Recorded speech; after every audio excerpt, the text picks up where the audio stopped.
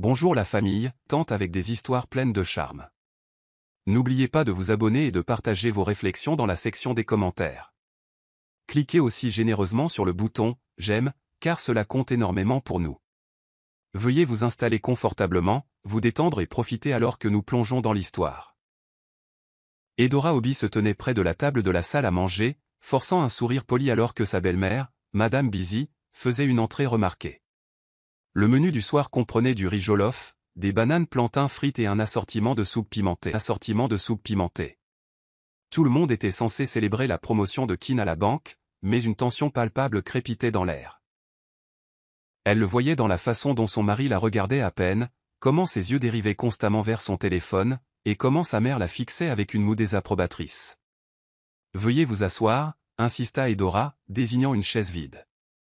Elle s'apprêta à servir la nourriture, mais Madame Busy la repoussa d'un geste de la main, insistant sur le fait qu'elle était parfaitement capable de se servir son propre riz. La femme plus âgée prit place en bout de table, une position qu'Edora trouvait gênante, considérant que c'était la maison d'Edora, mais elle s'y était habituée. Au cours des 3 dernières années de son mariage, elle avait appris à choisir ses batailles avec soin. Kin s'éclaircit la gorge, possiblement pour désamorcer la tension. « Maman, c'est bon de t'avoir ici.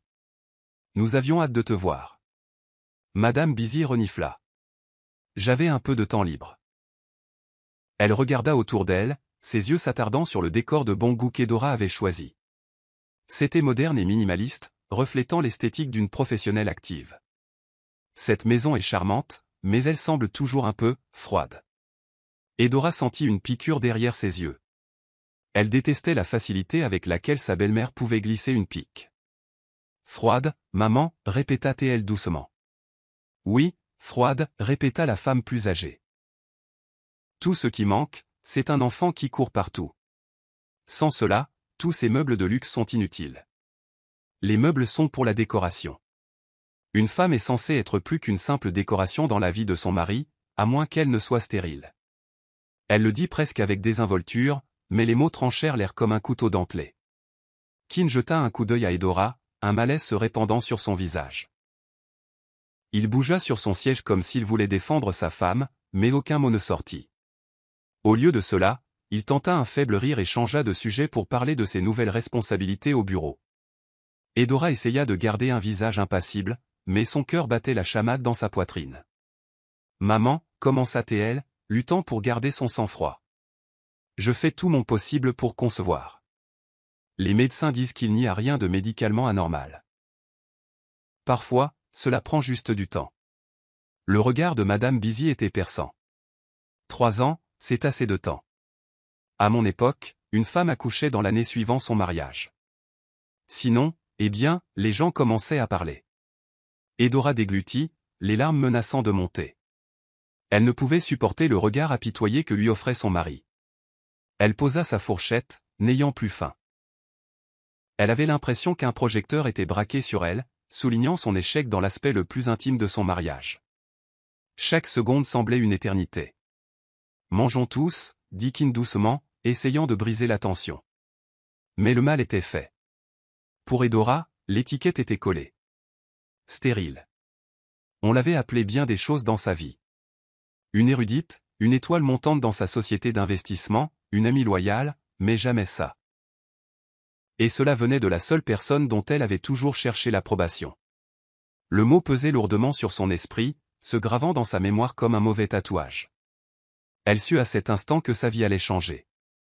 Ce dîner humiliant marquerait le début de sa nouvelle réalité, une réalité où chaque souffle, chaque geste, serait scruté sous la loupe de son incapacité à concevoir. Elle refoula ses larmes, se rappelant de ne donner à personne la satisfaction de la voir s'effondrer. Mais au fond d'elle, elle ne pouvait se défaire du sentiment que quelque chose en elle venait de se briser, pour ne plus jamais être tout à fait pareille. Plus tard cette nuit-là, la maison était étrangement silencieuse. Kin s'était endormi, ou du moins il faisait semblant, et Edora se retrouva attirée par la seule pièce qu'elle aimait et détestait à parts égales. La chambre d'enfant. Peinte dans des tons pastels apaisants, c'était un lieu qui symbolisait autrefois l'espoir et l'attente. Elle avait passé des heures à choisir la nuance parfaite de lavande qui conviendrait aussi bien à un garçon qu'à une fille. Dans un coin se trouvait un berceau en bois ouvragé, sculpté de délicates volutes et de motifs floraux. En entrant, ses pas lui semblèrent lourds, l'air épais de rêves inaccomplis. Elle se dirigea vers le berceau, passant la main sur le matelas vide. Il n'avait jamais accueilli de bébé, jamais bercé un nouveau-né pour l'endormir. Les ours en peluche disposés le long du rebord de la fenêtre prenaient la poussière, leurs yeux toujours brillants comme s'ils attendaient le rire d'un enfant. Chaque jouet était un rappel de la façon dont elle avait osé rêver d'entendre de petits pieds trottiner sur le sol carrelé.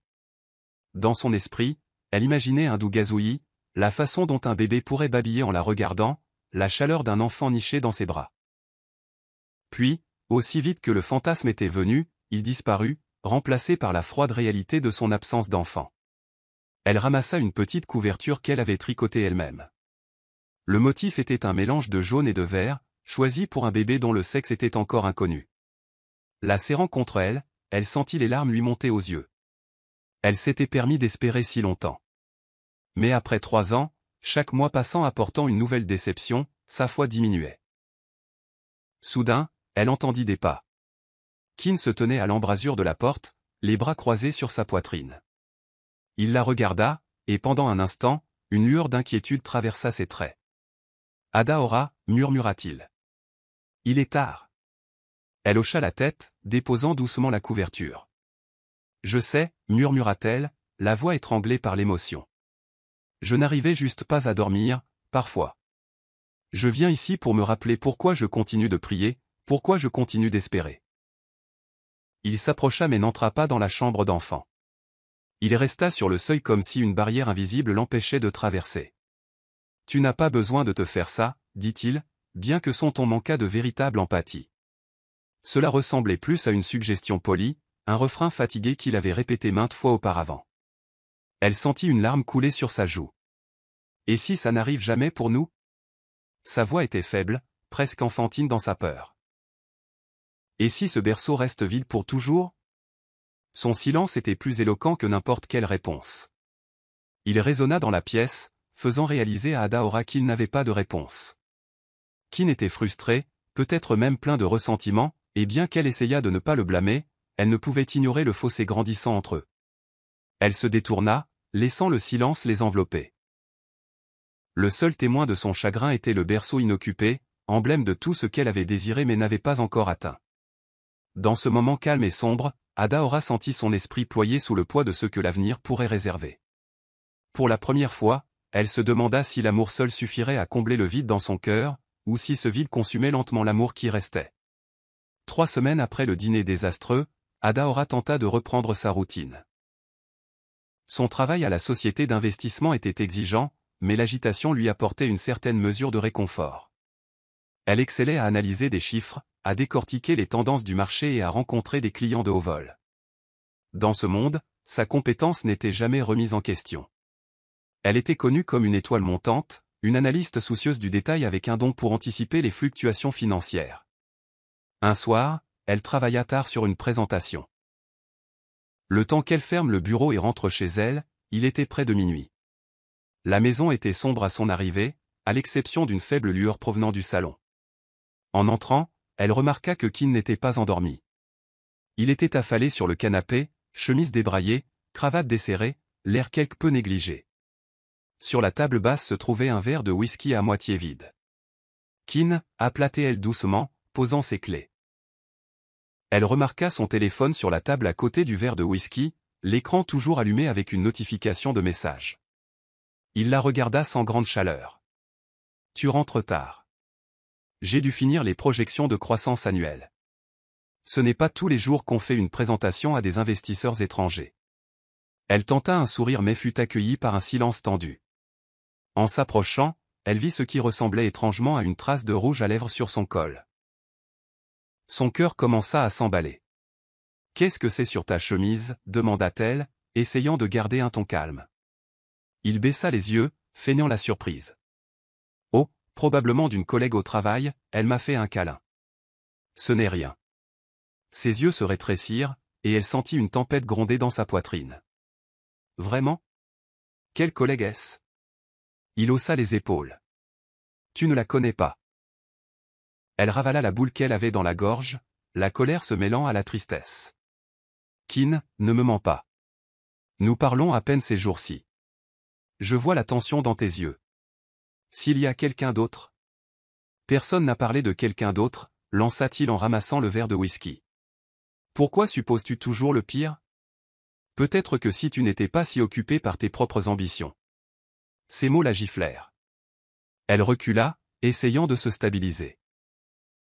Tu me reproches vraiment de travailler dur? Tu sais que je fais ça pour nous. Pour notre future famille. J'essaie de construire une vie stable. Il ricana. Quelle future famille? Celle qui ne s'est jamais matérialisée. Son souffle se coupa. Elle n'avait jamais vu autant de venin dans ses yeux auparavant. Un silence s'installa entre eux, épais et suffocant. Finalement, elle baissa les yeux, ne voulant pas qu'il voie les larmes menaçant de couler. Y a-t-il quelqu'un d'autre? Répéta-t-elle, plus bas cette fois. Son silence en disait long. Il but la dernière goutte de son whisky, se leva et se dirigea vers la chambre sans un mot de plus. Sur la table basse, son téléphone vibra, un autre message d'un numéro enregistré sous le nom de Lilian. Cette nuit-là, Ada aura dormi dans la chambre d'Amy, l'esprit en ébullition. Elle pensa à le confronter, à exiger des réponses. Mais une vague d'épuisement et de résignation la submergea. Le rouge à lèvres sur son col était plus qu'une simple tache. C'était un signe que les graines de la trahison avaient déjà pris racine. Elle craignait que ce ne soit qu'une question de temps avant que toute la structure de leur mariage ne s'effondre sous le poids des secrets et des mensonges. Un matin, Kin tendit une pile de papier à Adaora, juste après qu'elle soit sortie de la douche. Elle était encore en peignoir, les cheveux humides et le cœur battant à la vue de son expression sévère. Les papiers étaient nets, officiels et totalement importuns. Divorce, murmura-t-elle en jetant un coup d'œil au titre en haut du document. Sa voix tremblait en parlant, et elle avait du mal à croire que c'était sa vie.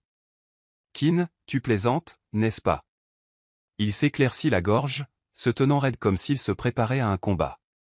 Je ne plaisante pas. Nous sommes sur une pente descendante depuis un moment. Je pense qu'il vaut mieux que nous passions tous les deux à autre chose. Elle le fixa, les yeux écarquillés. Passer à autre chose? Nous sommes mariés. Nous avons fait des vœux. Il expira avec frustration. Et ces vœux incluaient de fonder une famille, n'est-ce pas? Nous avons attendu 3 ans, Adaora.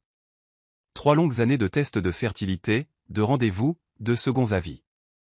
Et toujours rien. Elle eut l'impression qu'on lui avait coupé le souffle. Oui, ils avaient traversé beaucoup de stress liés à la fertilité, mais tout jeté ainsi? Elle jeta un nouveau coup d'œil au document, remarquant à quel point les lignes étaient soigneusement dactylographiées, à quel point elles semblaient définitives. Et une thérapie, demanda-t-elle, la voix tremblante. Nous pourrions essayer une thérapie de couple, ou même l'adoption. Tout sauf ça. Il secoua la tête. J'en ai fini d'attendre. J'ai besoin. Il marqua une pause, ses yeux se détournant des siens. J'ai besoin d'une vraie famille. Lilian est enceinte. Pendant une seconde, elle crut avoir mal entendu. Qui est enceinte? Il croisa son regard. Lilian? Ma petite amie. Elle attend mon enfant. La vision d'Adaora se brouilla, et elle dut s'appuyer contre un mur pour ne pas tomber. Toi? Tu m'as trompé? Et maintenant elle attend ton bébé. Il ne répondit pas immédiatement. Au lieu de cela, il tendit un stylo. Je pense que nous savons tous les deux que ça ne marche plus. Tu peux faciliter les choses ou les faire traîner, mais je dépose ces papiers aujourd'hui. Elle recula d'un pas chancelant. Elle voulait crier, lui jeter quelque chose, le supplier de reconsidérer. Mais son esprit était un tourbillon de douleur et de trahison. Finalement, sa voix émergea comme un plaidoyer à peine audible. On ne peut pas juste finir comme ça. Je t'aime, Kin. Il se mordit la lèvre, l'air momentanément conflictuel, mais ensuite ses yeux se durcirent. C'est la meilleure option pour nous deux. Signe les papiers. Et sur ce, il se tourna et sortit de la pièce, laissant Adaora serrant les papiers du divorce. Elle s'affaissa sur le lit, les larmes coulant sur son visage, un flot d'émotions battant son cœur. Choc, trahison, désespoir. Elle s'était accrochée à l'espoir si longtemps, s'agrippant à l'idée de la maternité et d'un mariage uni. En quelques minutes, ce rêve fragile s'était brisé en 1000 morceaux. La nouvelle se répandit rapidement, grâce au réseau toujours bavard de connaissances, de voisins et de membres de la famille élargie. Du jour au lendemain, la vie d'Adaora devint matière à spéculation. Avez-vous entendu dire que Kin la quitte? Elle est stérile, n'est-ce pas? Pauvre femme, c'est ce qui arrive quand on ne peut pas donner d'enfant à un homme. Au début, Adaora essaya d'ignorer les commérages en se plongeant davantage dans son travail. Elle passait de longues heures au bureau, dormant souvent à son bureau pour éviter de rentrer dans une maison vide et pleine de tension. La tristesse, cependant, restait une compagne constante, rongeant son âme et lui rappelant que son mariage était en ruine. Un après-midi, elle décida de s'arrêter à un petit marché pour acheter des produits frais. En passant devant un groupe de femmes qui discutaient vivement près d'un étal de fruits, elle entendit son nom. S'arrêtant, elle réalisa qu'elles discutaient de son divorce. L'une d'elles, une femme nommée Amina qui vivait à 2 rues de là, secoua la tête avec une fausse sympathie. On dit que sa belle-mère l'a maudite, raconta Amina. Pas d'enfant pendant 3 ans. Et maintenant qui n'est passé à autre chose. Une autre femme fit claquer sa langue. Quel dommage. Toute cette beauté, mais pas de fruits de ses entrailles. J'entends dire que la nouvelle femme est déjà enceinte. Les hommes n'attendent plus de nos jours. Adaora sentit une bouffée de chaleur lui monter au cou, les larmes menaçant de jaillir. Elle serra fort son panier, se forçant à ne pas s'effondrer en public. Tournant les talons, elle partit sans rien acheter, incapable de supporter le poids de leurs paroles. Ce soir-là, de retour à la maison, elle trouva Kin en train de faire une valise. « Où vas-tu » demanda-t-elle, la voix vide. « Chez Lilian » répondit-il sèchement. « Je te l'ai dit, c'est fini entre nous. Inutile de faire traîner ça. » Elle ravala la boule qu'elle avait dans la gorge. « Les papiers. Je ne les ai pas signés. » « Alors ne le fais pas, dit-il sarcastiquement, et force-moi à me battre contre toi au tribunal. C'est ton choix. » Dans un moment de désespoir, elle attrapa son bras. « S'il te plaît Kin, nous pouvons encore. » Il repoussa sa main. « Je ne t'aime plus, Adaora. Je suis désolé. C'est fini. » Elle resta là, des larmes silencieuses coulant sur ses joues, alors qu'il franchissait la porte. La finalité de tout cela l'écrasa. Cette nuit-là, elle pleura jusqu'à ce que ses yeux soient rouges et gonflés, se détestant de ne pas avoir pu lui donner ce qu'il voulait, le détestant pour sa cruauté, et détestant la communauté qui la jugeait sans pitié.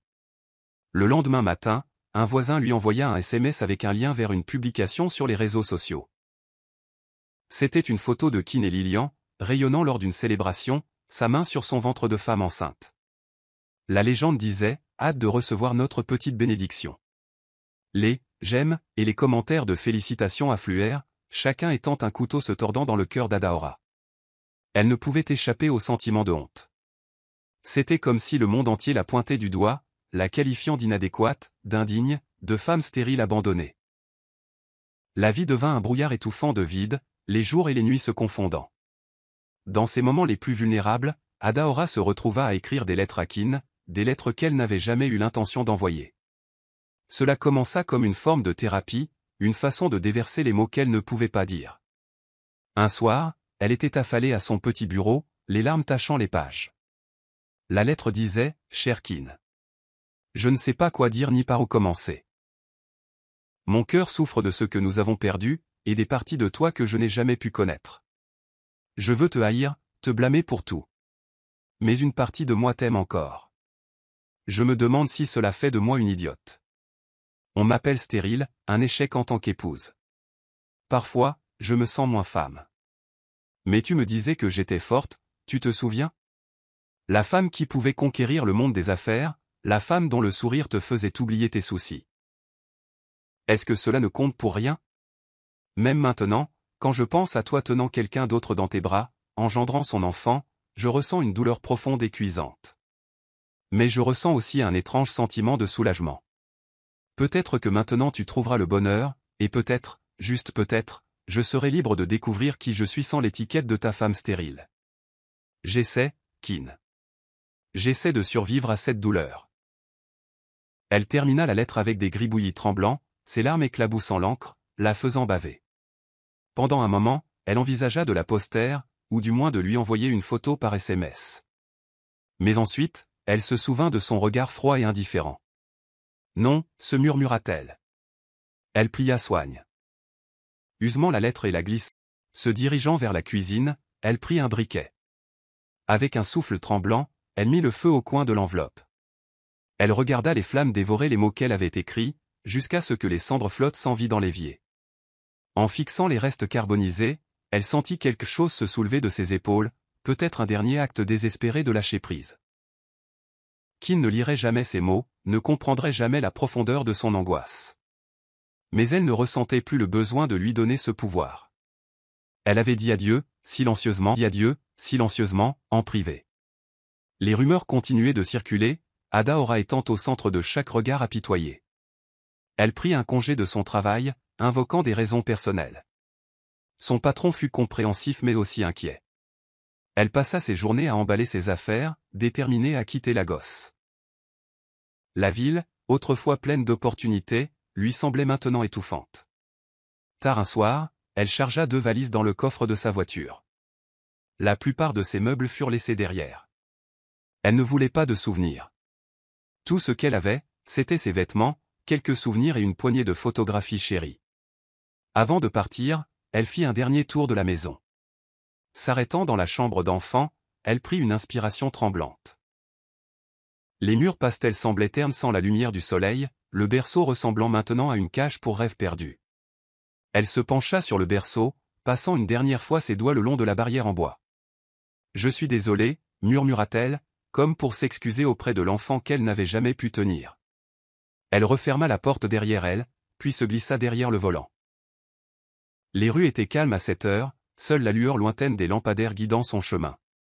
En naviguant sur les routes vides, son esprit s'emballa de questions.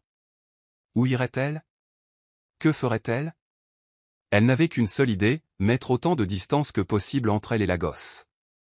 Atteignant la périphérie de la ville, elle jeta un coup d'œil dans le rétroviseur.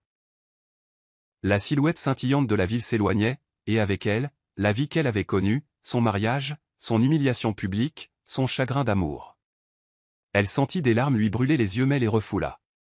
Ce soir, elle ne pleurerait pas. Ce soir, elle serait résolue.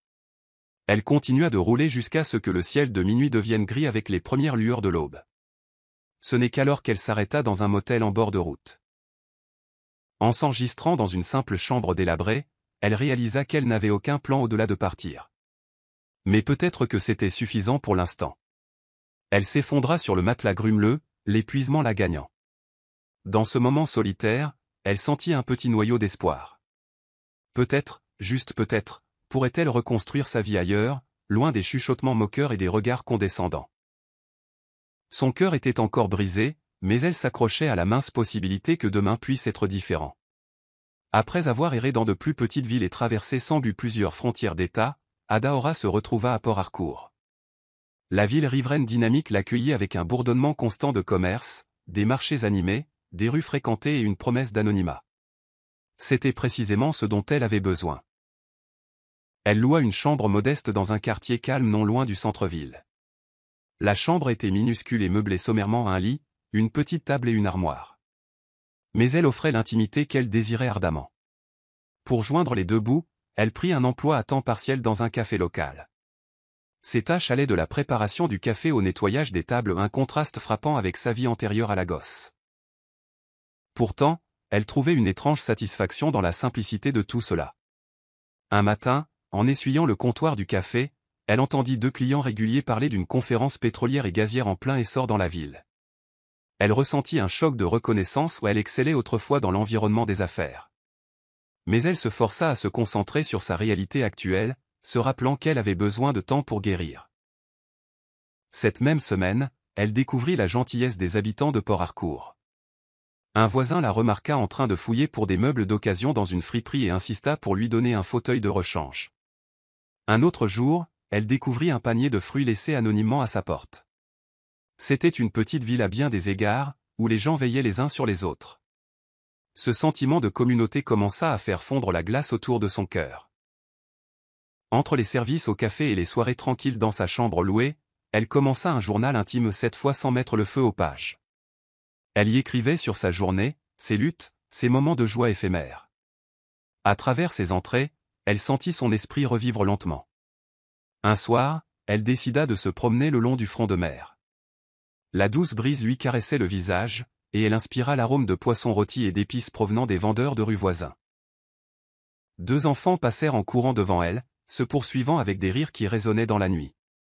Elle sourit avec mélancolie, ressentant une pointe de nostalgie mais pour la première fois, cette pointe était accompagnée d'un faible murmure d'espoir, plutôt que d'un pur désespoir. Adaora se promit d'embrasser ce nouveau chapitre. Aussi modeste que soient ses circonstances, elle était libérée des ombres toxiques de la gosse. Elle pouvait repartir à zéro, devenir une version différente d'elle-même, une version qui ne portait pas le poids de son passé comme une meule autour du cou. Adaora était à mi-chemin de son service du matin lorsque la cloche au-dessus de la porte du café tinta. Elle leva les yeux, s'attendant à un habitué, pour croiser le regard de quelqu'un qu'elle n'aurait jamais cru voir à Port Harcourt, sa meilleure amie, Tari. Le premier réflexe d'Adaora fut de se figer. Puis, alors que le choc s'estompait, elle se précipita de derrière le comptoir et serra Tari dans ses bras, les larmes lui montant aux yeux. Tari, toujours la plus exubérante, rit et la serra fort. « Tu t'es enfui sans me le dire », la gronda gentiment Tari, reculant pour examiner le visage d'Adaora. « Qu'est-ce que tu t'attendais à ce que je fasse ? Rester à la maison et attendre ?» Adaora essuya une larme du revers de la main. « Comment m'as-tu trouvé ?» Tari sortit son téléphone.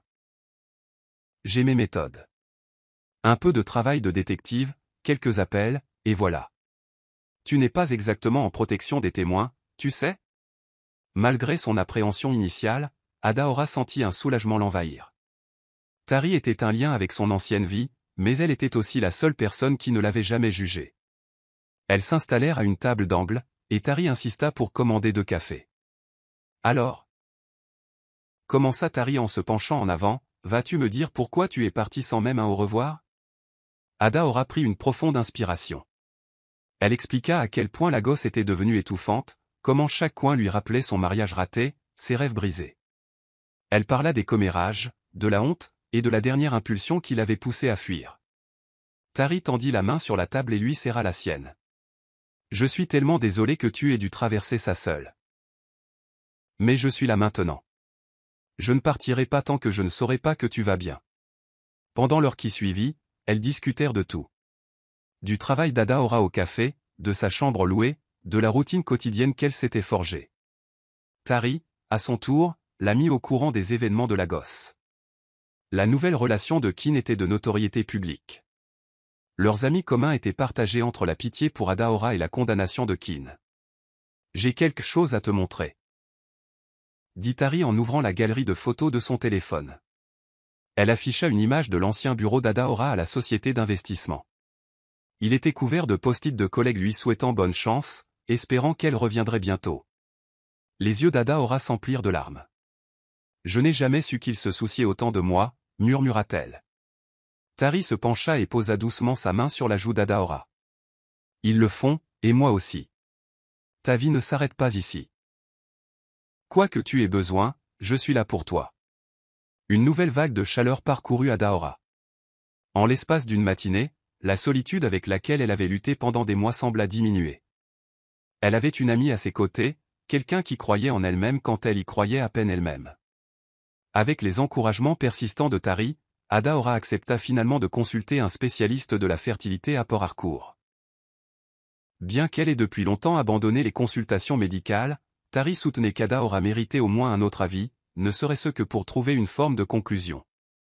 Elles arrivèrent à la clinique un après-midi ensoleillé. La salle d'attente était lumineuse et apaisante, décorée de photos de mères souriantes et de nouveau-nés.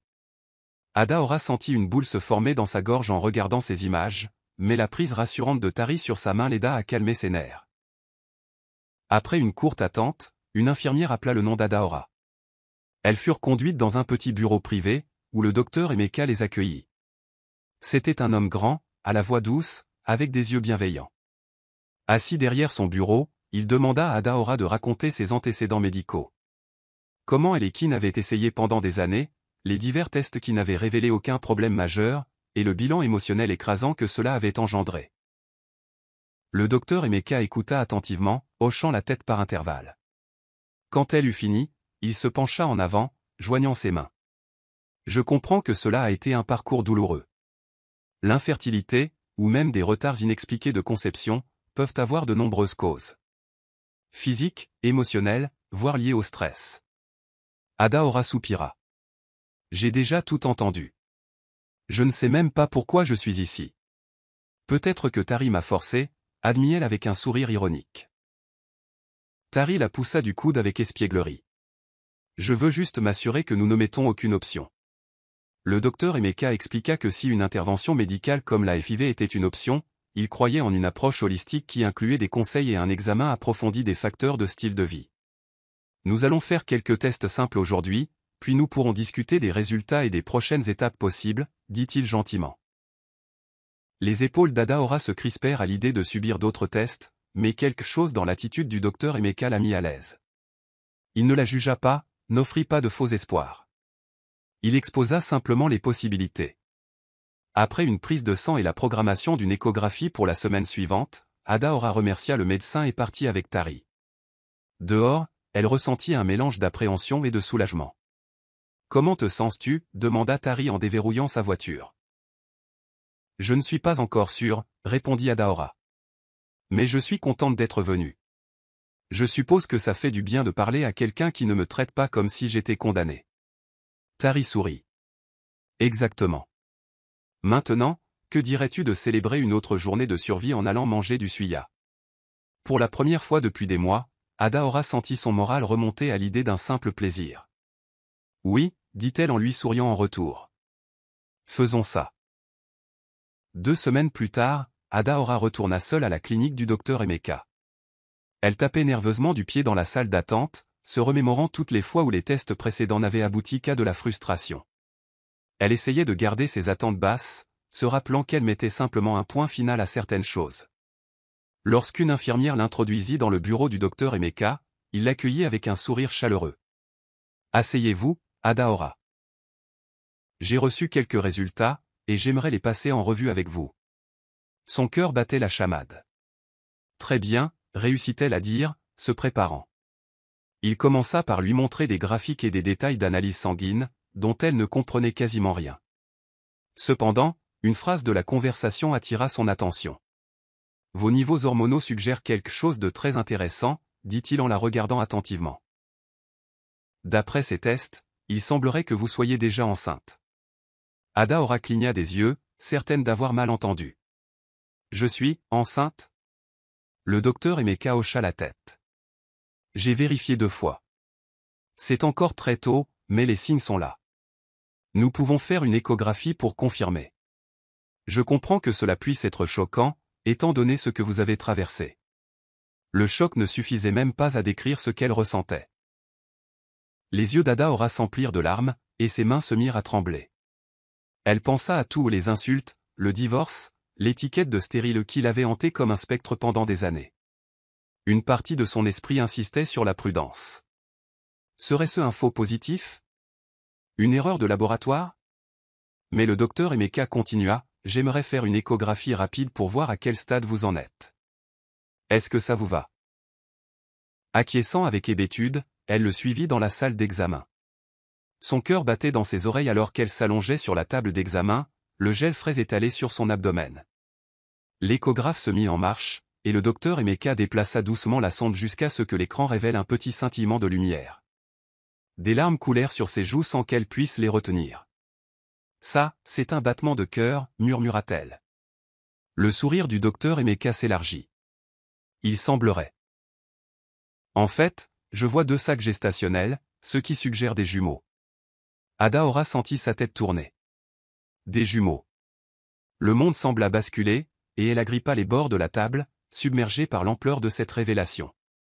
Elle était là, abandonnée par son mari parce qu'elle ne pouvait pas concevoir, découvrant finalement qu'elle portait des jumeaux.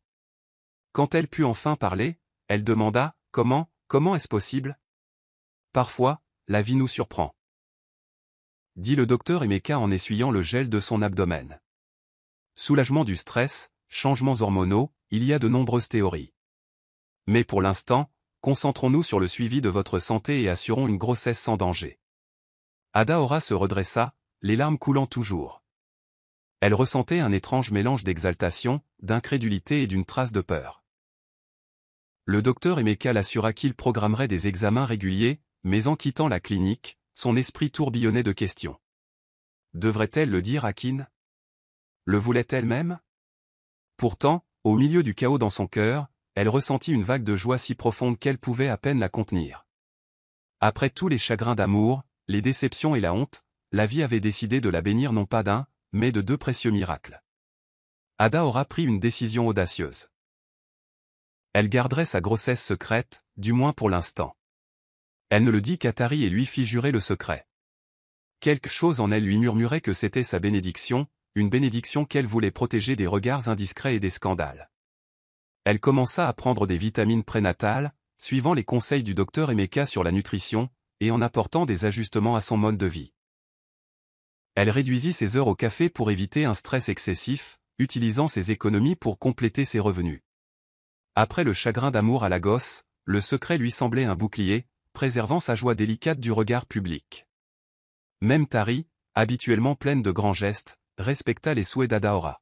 « Je n'arrive pas à croire que tu portes des jumeaux », s'extasia Tari un soir, assise sur le petit lit d'Adaora, feuilletant un magazine sur la grossesse. « As-tu pensé à des prénoms ?» Adaora sourit doucement, posant une main sur son ventre. « J'ai quelques idées, mais je ne suis pas prête à les partager. Il me semble trop tôt, tu sais. » Tari hocha la tête, les yeux brillants d'affection. « Je comprends. Quand tu seras prête. » Au fil des mois, le ventre d'Adaora commença à s'arrondir visiblement. Elle portait des robes amples et passait plus de temps à l'intérieur, en partie par prudence et en partie par désir de garder sa grossesse privée. Elle continuait son journal, y consignant chaque changement. Nausée, envie, le premier battement de mouvement. Parfois, elle pleurait, submergée par la gratitude.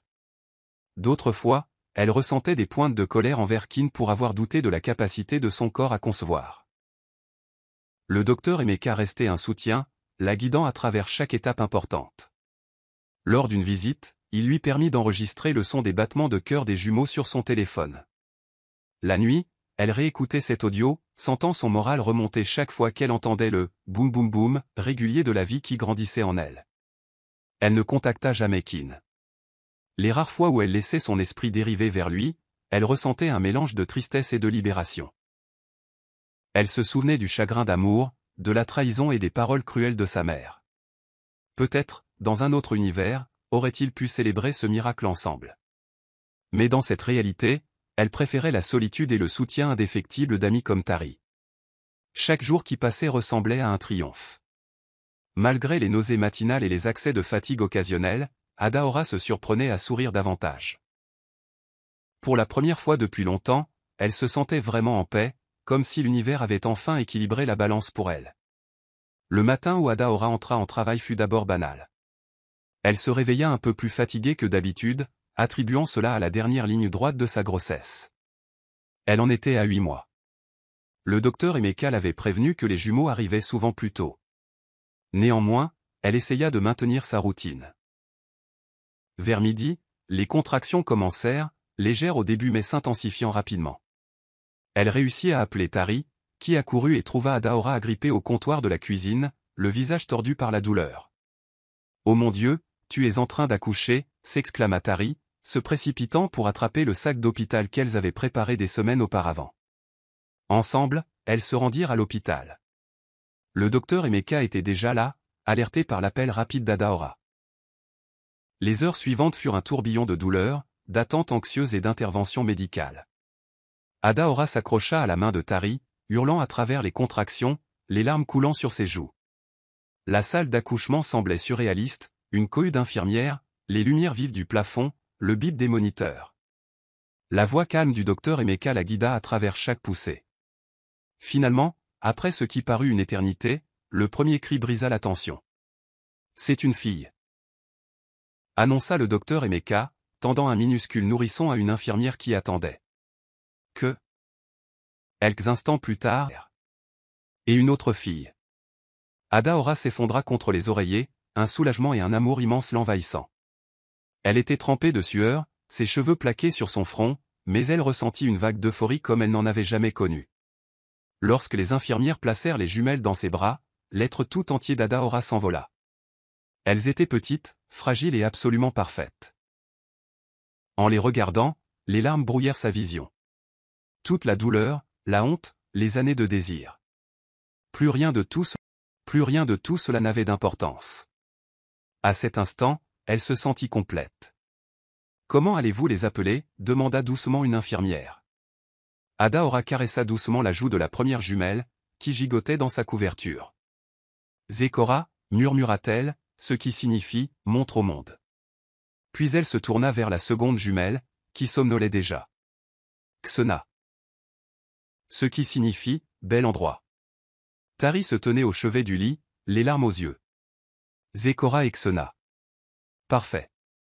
L'épuisement gagna bientôt Adaora, mais elle s'endormit le cœur débordant de gratitude. Malgré tous les obstacles, malgré l'étiquette obsédante de stérilité, elle était devenue mère. Et ses filles étaient la preuve vivante que les miracles pouvaient éclore même des blessures les plus profondes. La maternité commença par un cours intensif de nuit blanche. Adaora passa sa première semaine à la maison avec les jumelles dans un brouillard hébété de tétées nocturnes, de changements de couches et de berceuses qui ne semblaient jamais finir. Fini le temps de la solitude tranquille, sa petite chambre louée résonnait maintenant des pleurs et des gazouillis de deux nouveau-nés. Tari emménagea pratiquement, l'aidant dès qu'elle le pouvait. Elle aidait à laver les vêtements de bébé, à stériliser les biberons et tenait la jumelle qui n'était pas en train de téter.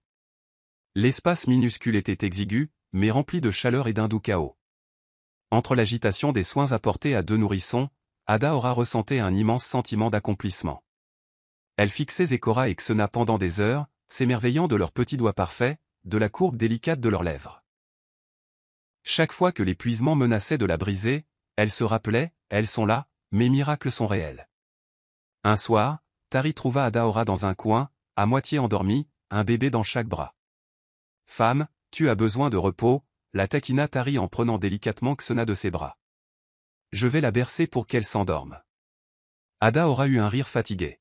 « Je ne me souviens même plus de ce que c'est qu'un sommeil ininterrompu, mais je n'échangerai ça pour rien au monde. » Malgré la fatigue constante, Adaora remarqua un nouveau feu dans son esprit.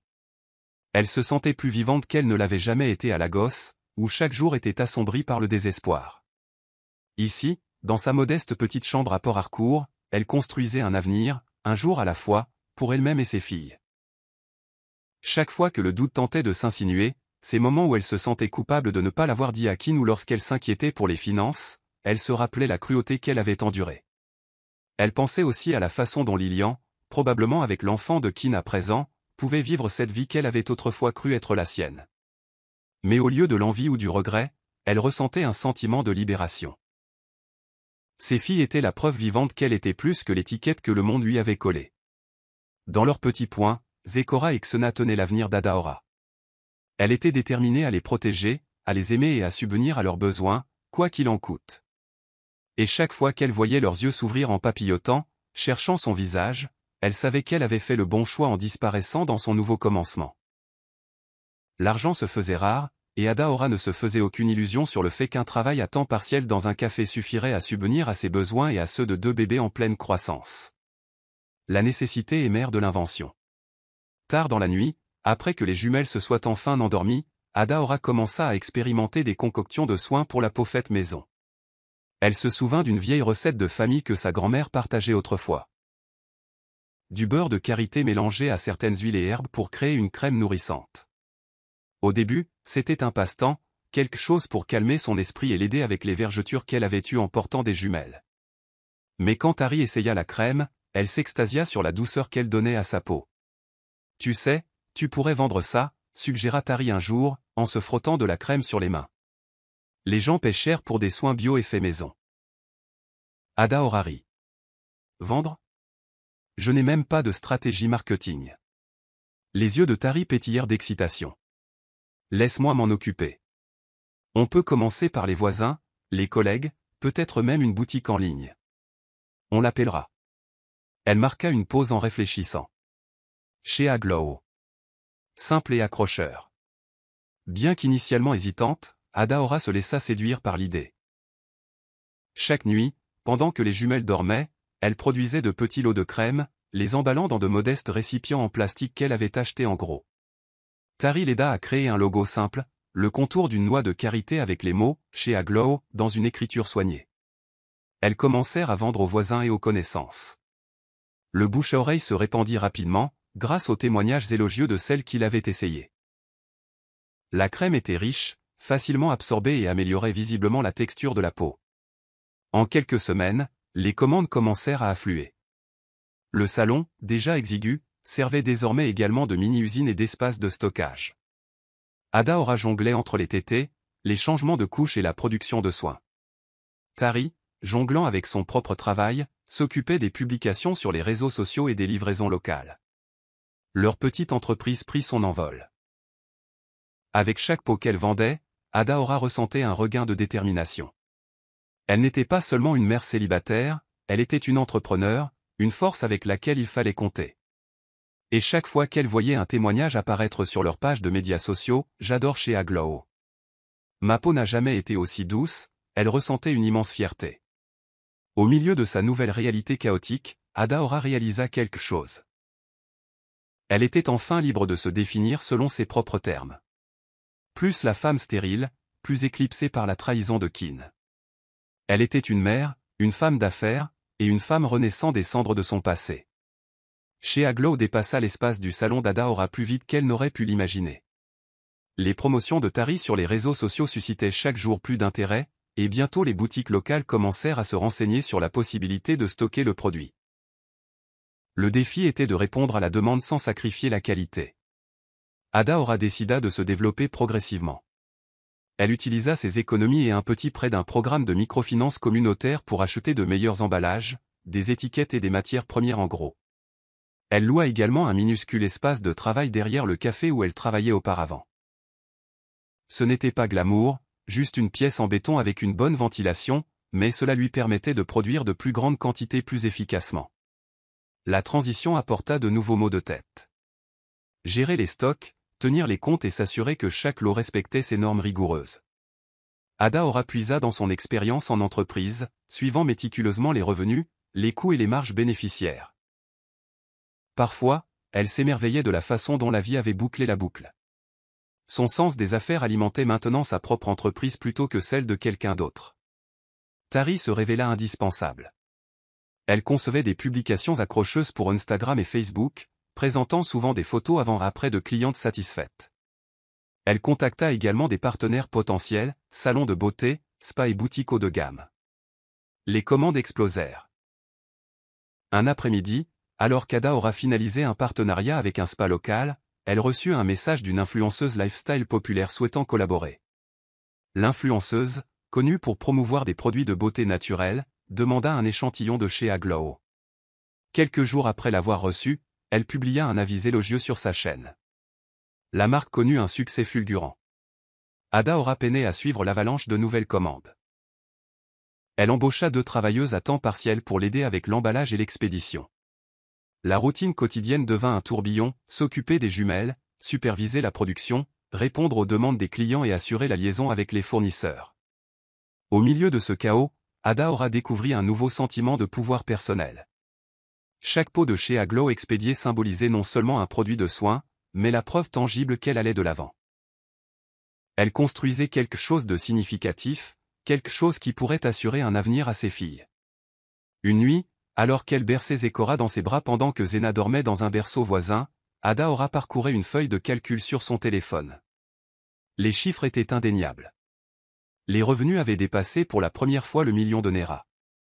Elle cligna des yeux, y croyant à peine. Elle était en passe de devenir propriétaire d'une entreprise à 7 chiffres. Elle déposa un baiser sur le front de sa fille, les larmes lui montant aux yeux. « On l'a fait », murmura-t-elle doucement. « Maman nous construit une vie. » Avec la croissance explosive de Shea Glow, Ada Aura se retrouva en territoire inconnu. Les médias commencèrent à l'appeler, désireux de présenter la jeune entrepreneur derrière la marque de soins virale. Elle donna sa première interview télévisée sur une chaîne locale de Port-Harcourt, les nerfs à vif sous les projecteurs. Pourtant, elle parla avec calme et passion des origines de Shea Glow, de ses ingrédients de base et de sa mission d'autonomisation des femmes. L'interview fut bien accueillie, et bientôt elle fut invitée à prendre la parole lors de groupes d'affaires de femmes et d'événements pour startups. Tari devint sa responsable des relations publiques officieuses, programmant ses apparitions et la coachant pour ses prises de parole en public. Adaora, autrefois contente de rester en retrait, se retrouva à monter sur le devant de la scène avec une facilité surprenante. Un mois après sa première interview télévisée, elle fut contactée par un magazine national de style de vie, Business Africa Weekly, pour un article de couverture. La rédactrice en chef expliqua qu'il dressait le portrait d'entrepreneurs ayant bâti des marques à succès à partir de rien. Adaora hésita, nerveuse à l'idée de s'exposer au grand public. Mais Tari la convainquit qu'il était temps d'avancer, d'assumer ouvertement son succès. La séance photo pour le magazine eut lieu dans un studio de photographie élégant à Port Harcourt. Adaora fut conduite à un fauteuil de maquillage, puis posa avec grâce avec des pots de chez Aglow à côté d'elle. Le photographe prit cliché après cliché, louant son assurance. Après la session, une journaliste l'interviewa en profondeur. Avec soin, Adaora évita de révéler son passé, Kin, le divorce et le chagrin d'amour. Elle se concentra plutôt sur les difficultés qu'elle avait surmontées, le soutien de sa meilleure amie et son désir d'offrir une vie meilleure à ses filles. Lorsque le numéro sortit enfin, le visage d'Adaora ornait la couverture, une femme confiante et radieuse avec un sourire chaleureux. Le titre annonçait « Rencontrer Adaora Obi, la visionnaire derrière l'ascension fulgurante de chez Aglow ». Son téléphone explosa de messages de félicitations. Les commandes montèrent en flèche encore plus, et des investisseurs potentiels la contactèrent, proposant des partenariats. Tout cela était surréaliste. Elle vivait toujours dans un appartement modeste, maintenant transformé en un 3 pièces pour accueillir les jumelles.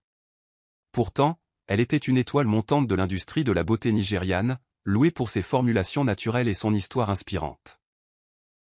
Tard dans la nuit, lorsque les jumelles étaient enfin endormies, Adaora parcourait ses pages de médias sociaux, lisant des messages sincères de femmes la remerciant d'avoir créé un produit auquel elle croyait, et de représenter la force des mères célibataires. Dans ces moments de calme, elle ressentait un courant sous-jacent de gratitude et d'admiration. Elle avait transformé sa douleur en objectif, forgeant un chemin qui non seulement soutenait sa famille mais inspirait également d'innombrables autres personnes. Et elle était déterminée à ne jamais laisser personne éteindre la lumière qu'elle s'était embattue pour allumer. De retour à Lagos, Kin était affalé sur le canapé de son salon, zappant distraitement les chaînes de télévision pendant que Lilian faisait des courses pour bébé. Sa vie s'était installée dans une routine prévisible. De longues heures à la banque, des conversations tendues avec Lilian sur les dépenses, et le sentiment lancinant qu'il n'était pas entièrement satisfait de la tournure des événements. Il s'arrêta lorsqu'il remarqua un visage familier à l'écran, Adaora.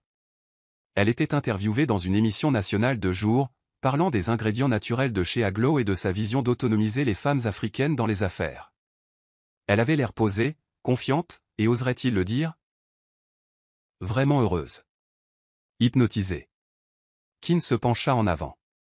Le bandeau en bas de l'écran indiquait « Fondatrice et PDG, chez Aglow, une marque de soins naturels valant plusieurs millions de naira ».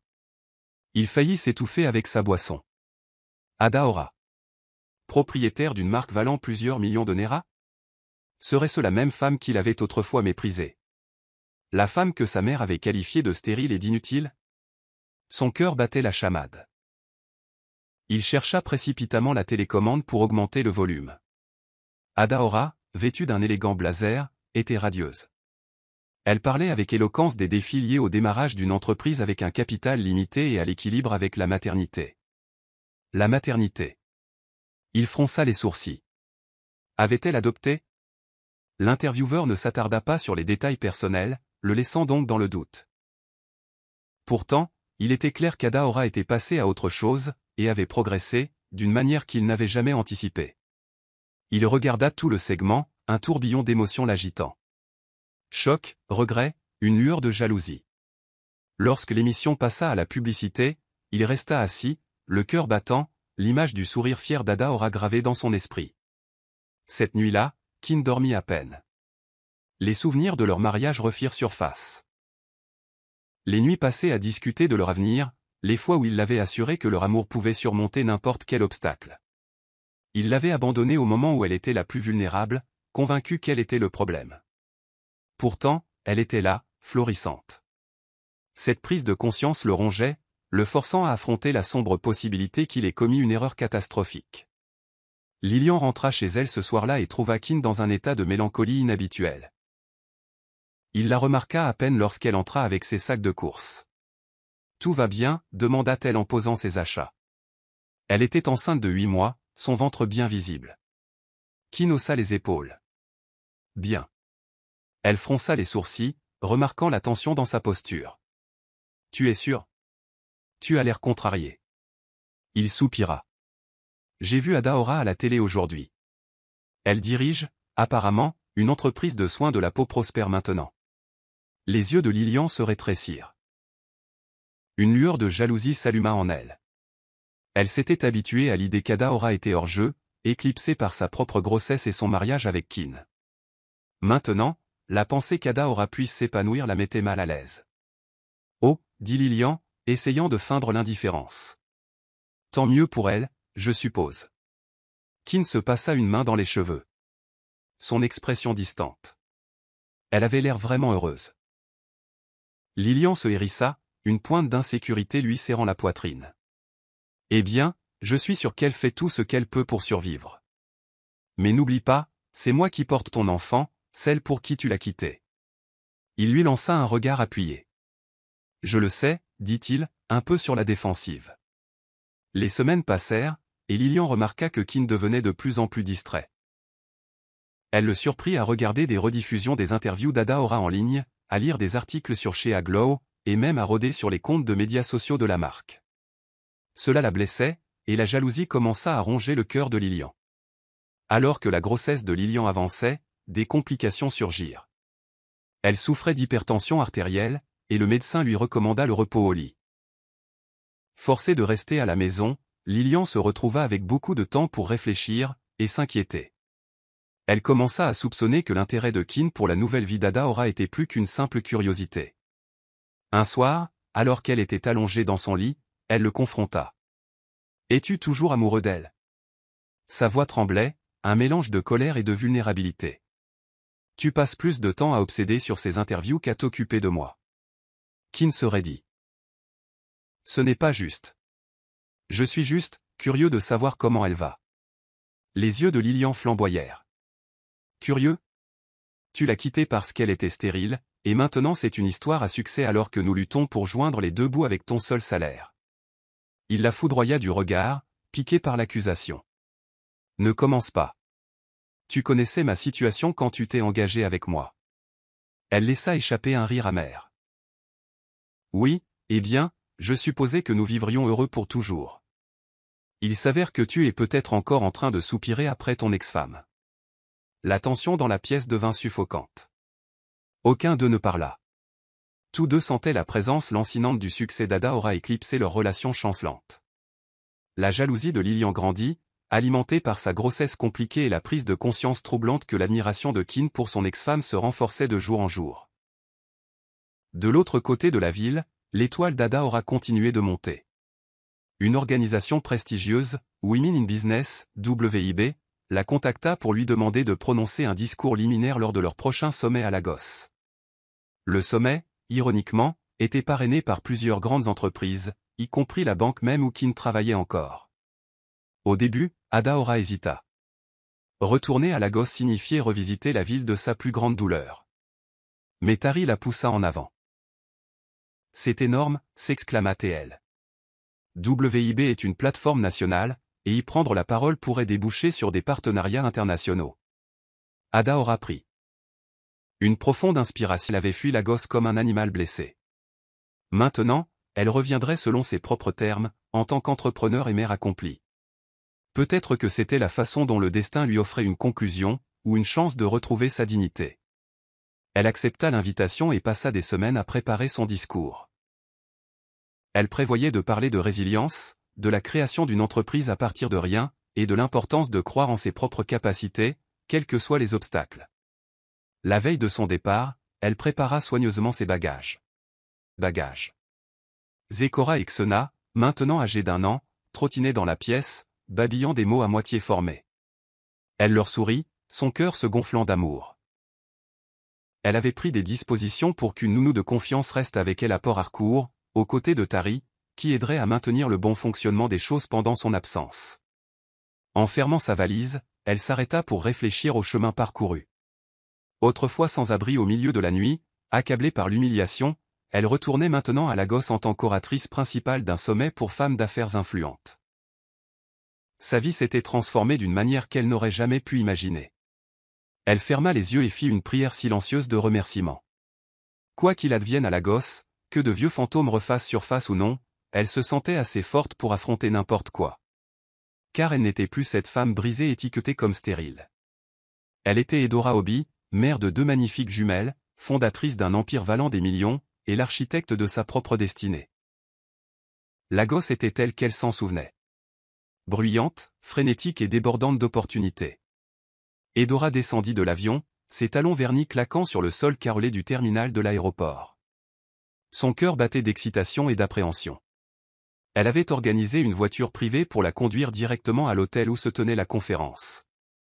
À l'hôtel, elle fut accueillie par une représentante de WIB qui lui remit un dossier de bienvenue et la conduisit à une suite exécutive.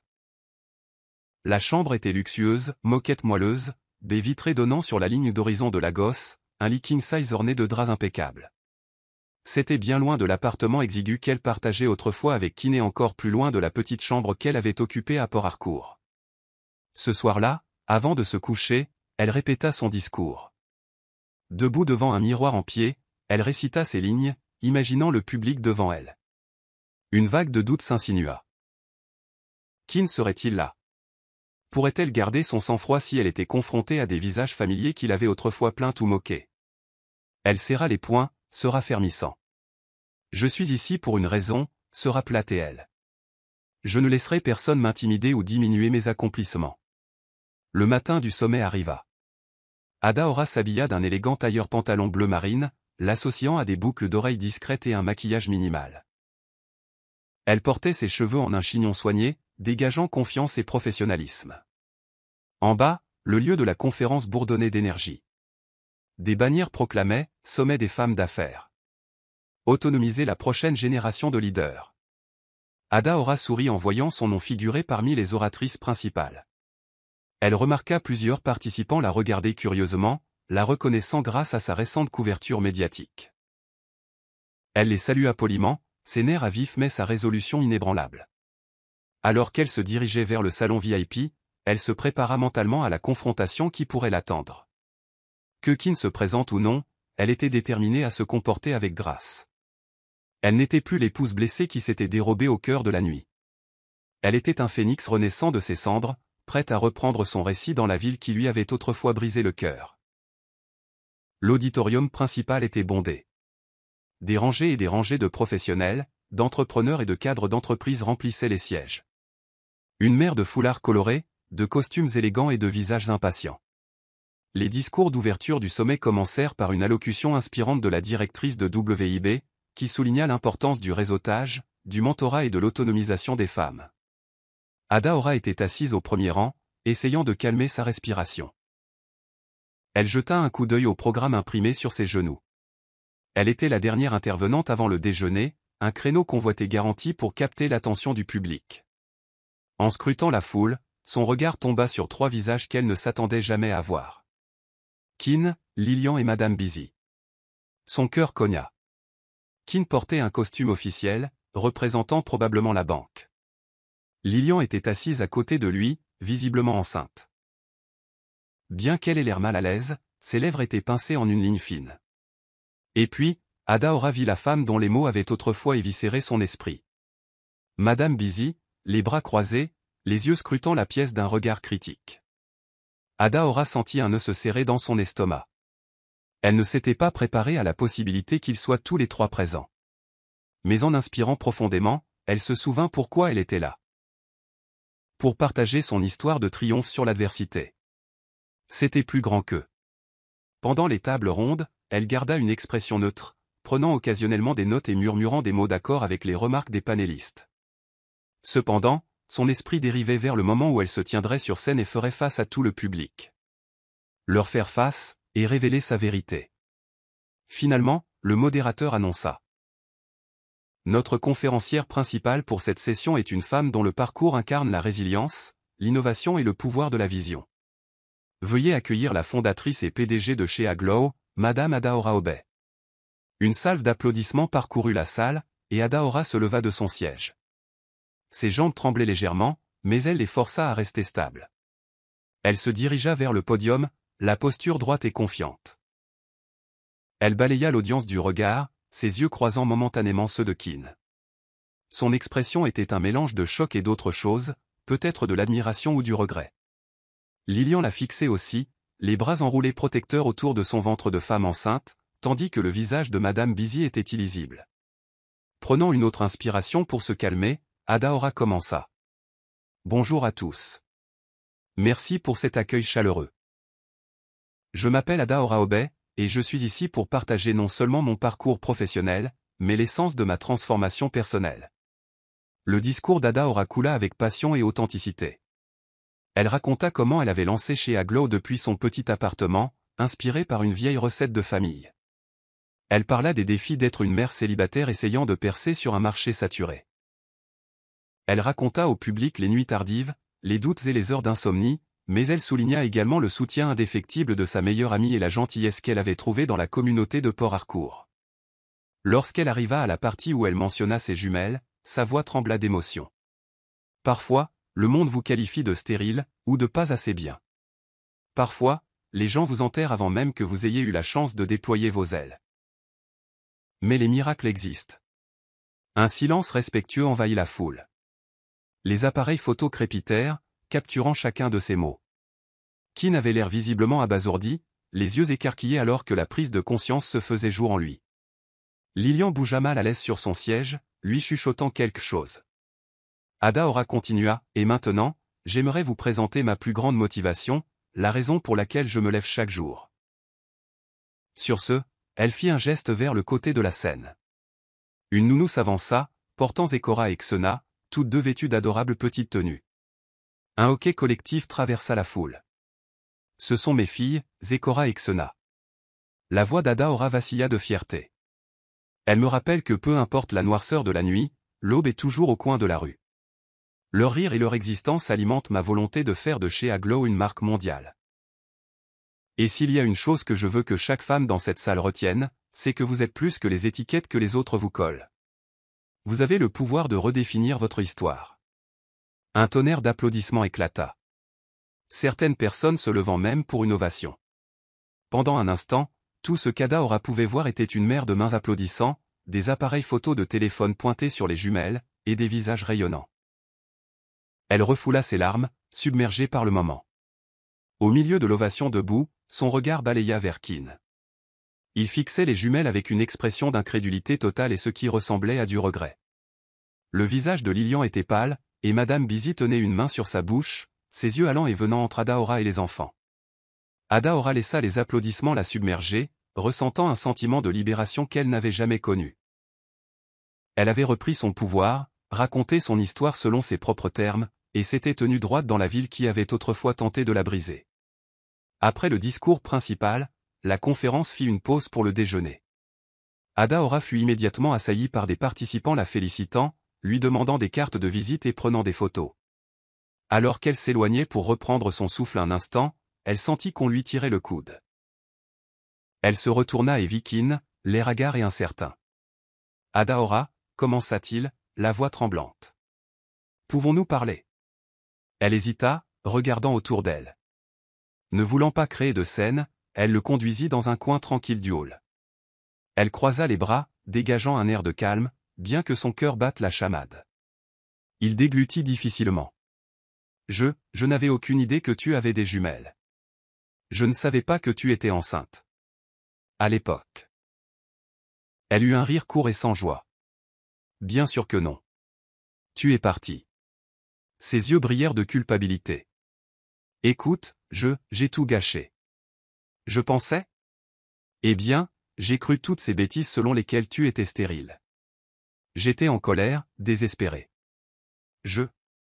Il s'interrompit, se passant une main dans les cheveux. Je suis tellement désolé. Adaora le considéra froidement. Elle pouvait voir ses mains trembler. Son assurance habituelle avait disparu. Désolé ne change rien. Tu as fait ton choix. Tu m'as humilié, tu as permis à ta mère de me traiter de stérile, tu as étalé ta liaison, puis tu m'as servi les papiers du divorce. Et maintenant tu me vois à la télé, tu vois que j'ai des jumelles, et soudain, tu veux t'excuser. Il hocha la tête, des larmes se formant dans ses yeux. Ma vie a été un gâchis. Mon mariage avec Lilian bat de l'aile. Mes finances sont à sec. Je sais que je ne mérite pas ton pardon, mais je te le demande quand même. Adaora ressentit une pointe de pitié, mais elle disparut rapidement. Tu n'es pas le seul à avoir affronté des difficultés, Kin. J'ai failli tout perdre. Mais je me suis reconstruite, sans toi. Il semblait incapable de soutenir son regard. S'il te plaît, murmura-t-il. J'ai besoin de ton aide. Mes investissements commerciaux, ils échouent. Pourrais-tu me faire un prêt ou quelque chose comme ça? Nous pourrions nous associer, peut-être développer chez Aglo aussi. Une rage froide traversa Adaora. Tu veux que je te sauve de la ruine que tu as créée? Je t'ai demandé une fois de me soutenir. Tu ne l'as pas fait. Tu m'as jeté comme une ordure et tu as choisi une autre femme parce qu'elle était enceinte. Maintenant tu vois mon succès et tu en veux une part. Il ouvrit la bouche, mais aucun mot ne sortit. Adaora laissa échapper un long soupir. Garde tes excuses pour quelqu'un qui s'en soucie. J'ai tourné la page, Kin. Et je te suggère de faire de même. Elle tourna les talons et s'éloigna, le menton haut. Une vague de triomphe parcourut ses veines. C'était la conclusion qu'elle n'aurait jamais cru obtenir. Pendant si longtemps, c'était elle qui mendiait son amour et son acceptation. Maintenant, c'était lui qui mendiait, et elle n'avait aucune raison de dire oui. La conférence se termina sur une note positive. Le discours d'Adaora fut le sujet de conversation de l'événement, et elle fut inondée d'offres de collaboration d'investisseurs, d'influenceurs beauté, et même de distributeurs internationaux. Elle ressentit une euphorie qu'elle espérait pouvoir mettre en bouteille et emporter avec elle pour toujours. Juste avant de quitter le lieu, elle aperçut Madame Busy qui traînait près d'un couloir. La femme plus âgée hésita un instant, puis s'approcha. « Adaora » commença-t-elle, la voix étonnamment douce. « Je ne savais pas. Je ne réalisais pas que Dieu te bénirait ainsi. » Adaora resta silencieuse. Laissant la femme plus âgée parler, Madame Busy détourna le regard, la culpabilité marquant son visage. « Je suis désolée pour mes paroles dures. Vous êtes clairement une femme extraordinaire. » Adaora hocha la tête une fois, le visage impassible. Une petite partie d'elle reconnaissait que les excuses étaient sincères, mais les cicatrices du passé étaient profondes. Elle choisit de ne pas répondre, se tournant simplement et marchant vers la sortie, où son chauffeur l'attendait. Elle ne ressentait aucune colère, seulement un calme sentiment de finalité. Dehors, le chauffeur ouvrit la portière de la voiture. Adaora jeta un dernier regard à l'imposant bâtiment de la conférence. Quelque part à l'intérieur, Kin et Lilian léchaient probablement leurs plaies, forcés d'affronter la réalité qu'elle n'était plus la victime qu'ils avaient autrefois dépeinte. Se glissant sur la banquette arrière, Adaora ferma les yeux, berçant une image de Zecora et Xena dans son esprit. Elle pensa au premier cri qui avait rempli sa chambre louée, à l'espace de travail exigu où chez Aglo avait commencé, à la ville vibrante de Port Harcourt qui l'avait accueilli quand la gosse l'avait rejeté. Une larme coula sur sa joue, cette fois, ce n'était pas de la tristesse. C'était de la gratitude. Alors que la voiture s'éloignait, elle se souvint de ses derniers mots à Kin. « Tu m'as échangé contre une promesse de fruits. Je suis devenu l'arbre entier. » C'était une phrase qui avait résonné dans son esprit pendant des mois, un témoignage de sa transformation.